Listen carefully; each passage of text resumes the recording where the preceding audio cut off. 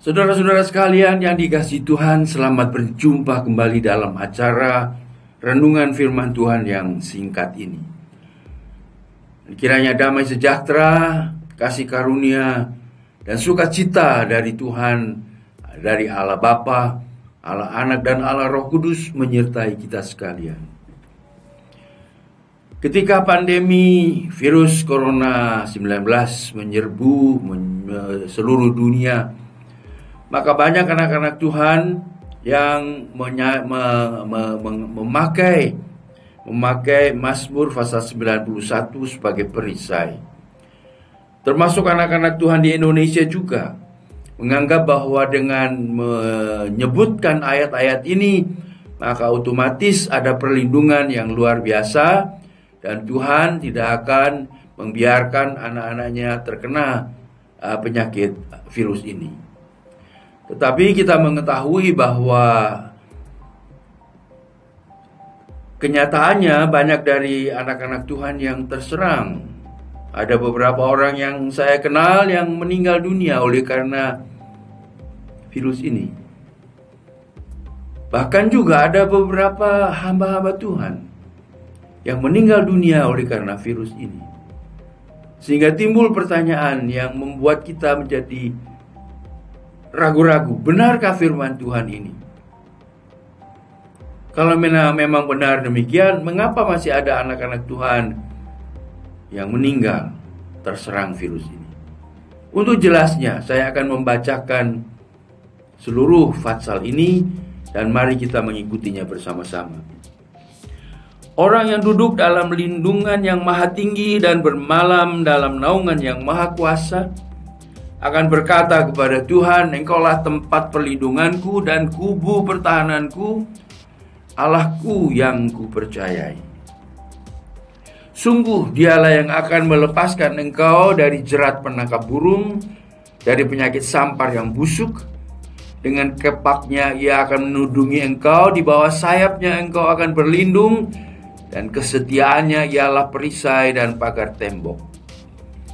Engkau tak usah takut terhadap kedahsyatan malam, terhadap panah yang terbang di waktu siang, terhadap penyakit sampar yang berjalan di dalam gelap, terhadap penyakit menular yang mengamuk di waktu petang.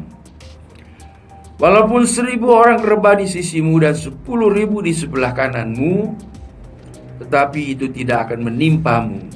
Engkau hanya menontonnya dengan matamu sendiri dan melihat pembalasan terhadap orang-orang fasik. Sebab Tuhan ialah tempat perlindunganmu, yang maha tinggi telah kau buat tempat perteduhanmu.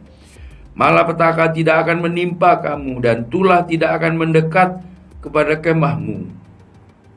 Sebab malaikat-malaikatnya akan diperintahkannya kepadamu untuk menjaga engkau di segala jalanmu. Mereka akan menatang engkau di atas tangannya, supaya kakimu jangan terantuk kepada batu.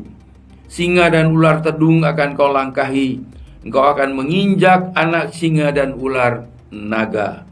Sungguh hatinya melekat kepadaku, maka aku akan meluputkannya. Aku akan membentenginya, sebab ia mengenal namaku. Bila ia berseru kepadaku, aku akan menjawab.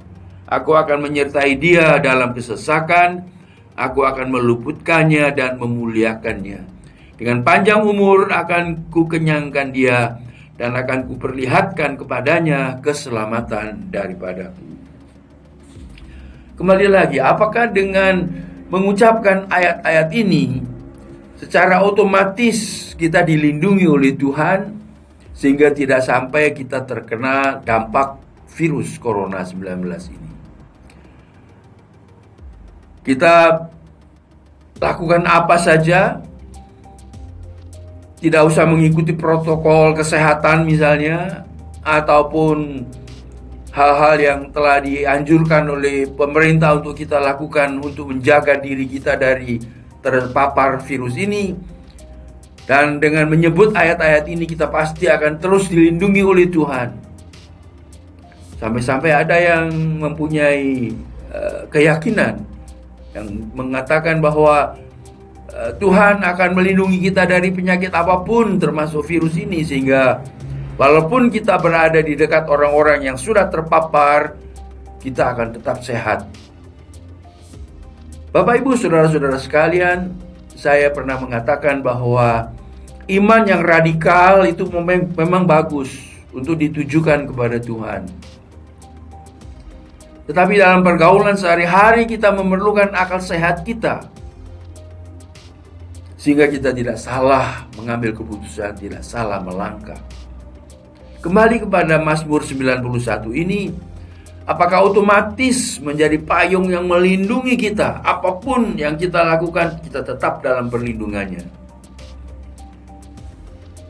Saya kira tidak demikian halnya. Walaupun di dalam Mazmur ini ada ayat-ayat yang jelas menyatakan perlindungan Tuhan. Misalnya seperti ayat yang ke-9, sebab Tuhan ialah tempat perlindunganmu, yang maha tinggi telah kau buat tempat perteduhanmu. Malapetaka tidak akan menimpa kamu, dan tulah tidak akan mendekat kepada kamu. Mazmur ini sebetulnya Mazmur yang luar biasa. Sebab kalau kita lihat dalam ayat 12, di situ ditulis, mereka menatang engkau di atas tangannya supaya kakimu jangan terantuk kepada batu. Ketika membaca ayat ini, apa yang teringat oleh saudara? Kita mengingat saat Tuhan Yesus sedang dicobai oleh iblis. Ketika dia dibawa di atas bumbungan bait Allah, dan iblis berkata kepadanya, jatuhkan dirimu ke bawah. Lalu iblis mengutip ayat ini. Maka Tuhan akan mengutus malaikatnya, menatang engkau di atas tangannya, supaya kakimu jangan terantuk kepada batu. Dengan kata lain, iblis percaya ayat ini, tetapi salah menggunakannya. Lalu apakah kita bisa memakai seluruh pasal ini sebagai tempat perlindungan? Saya kira kita semua sudah mengetahui bahwa di antara mereka yang terpapar bahkan sampai akhirnya meninggal dunia karena virus Corona 19 ini, itu terdapat anak-anak Tuhan juga. Bahkan beberapa hamba-hamba Tuhan terpapar, terjangkiti penyakit ini, virus ini, sehingga akhirnya meninggal dunia. Di mana salahnya? Apakah ayat ini tidak berlaku?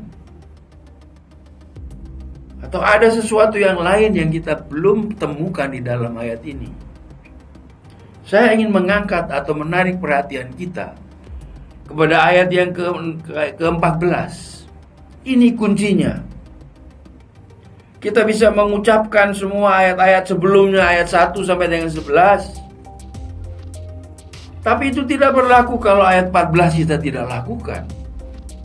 Ayat 14 mengatakan, sungguh hatinya melekat kepadaku, maka aku akan meluputkannya.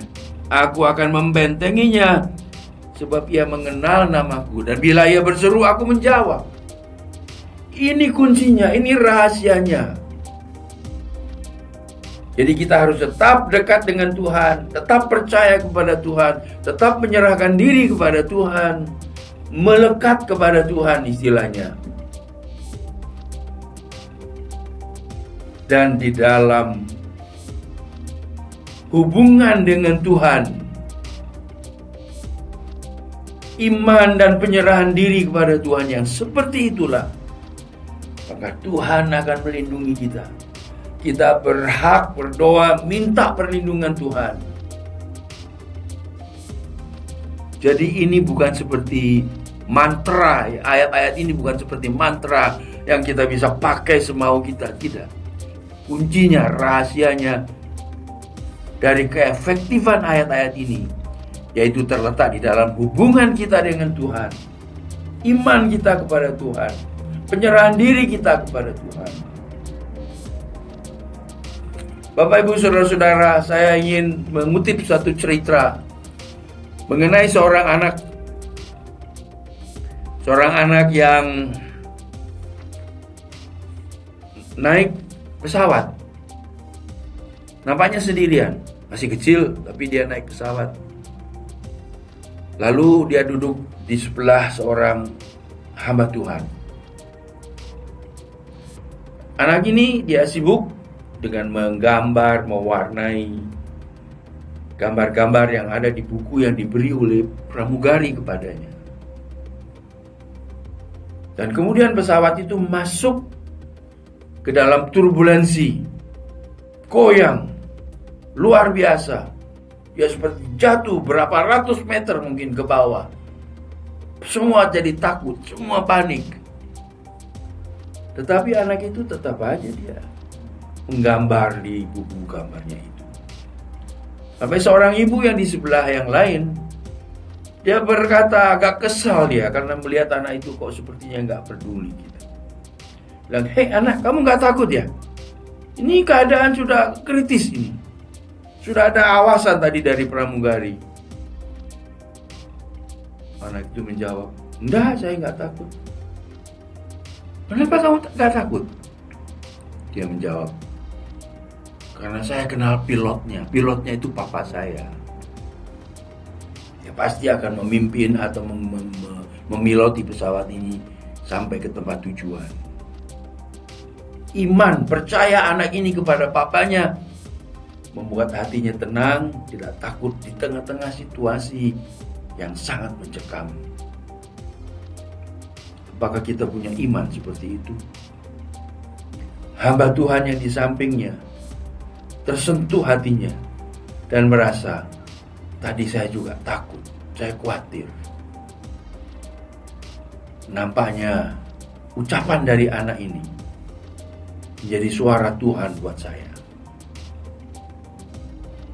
Apakah renungan singkat ini menjadi suara Tuhan bagi Anda? Firman Tuhan tetap mengatakan bahwa Tuhan adalah perlindungan kita, naungan kita, yang meluputkan kita dari bahaya.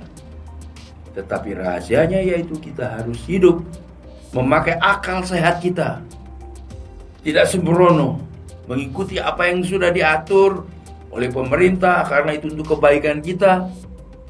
Dan kita hidup dalam iman, penyerahan diri kepada Tuhan, dan percayakan diri kita kepada kebaikan-Nya.